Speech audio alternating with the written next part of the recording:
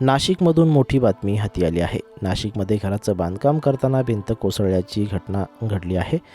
या घटनेत 2 कामगारांचा मृत्यू झाला आहे, तर दोघे गंभीर जखमी झाले आहे. त्यांना उपचारासाठी रुग्णालयात दाखल केलं आहे. नाशिकमधील या घटनेनं परिसरात खळबळ उडाली आहे. मिळालेल्या माहितीनुसार नाशिकच्या गंगापूर रोड भागातून दुर्दैवी घटना समोर आली आहे. या भागात भाजपच्या माजी जिल्हाध्यक्ष केदार आहेर यांच्या नवीन घराचं बांधकाम सुरू आहे. या घराचं बांधकाम सुरू असताना भिंत कोसळल्याची घटना घडली. या दुर्दैवी घटनेत 2 कामगारांचा मृत्यू झाला. सोमवारी ही घटना घडली. नव्या घराची भिंत कोसळल्याने या 2 कामगारांचा मृत्यू झाला, तर 2 कामगार जखमी झाल्याची माहिती हाती आली आहे.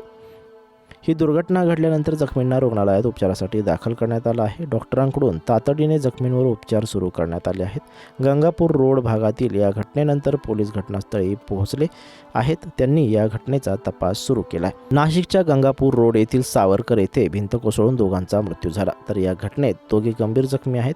सध्या त्यांच्यावर जिल्हा शासकीय रुग्णालयात उपचार सुरू आहेत. भाजपचे माजी जिल्हाध्यक्ष केदार आहेर यांच्या घराचे काम सुरू असताना अपघात घडला. सोमवारी सकाळी 10:30 वाजेच्या दरम्यान इमारतीच्या पायाभरणीसाठी बांधली जाणारी भिंत कोसळल्याने हा अपघात झाल्यानं परिसरात खळबळ उडाली आहे. या अपघाताच्या संदर्भात गंगापूर पोलिसांकडून तपास सुरू करण्यात आला आहे.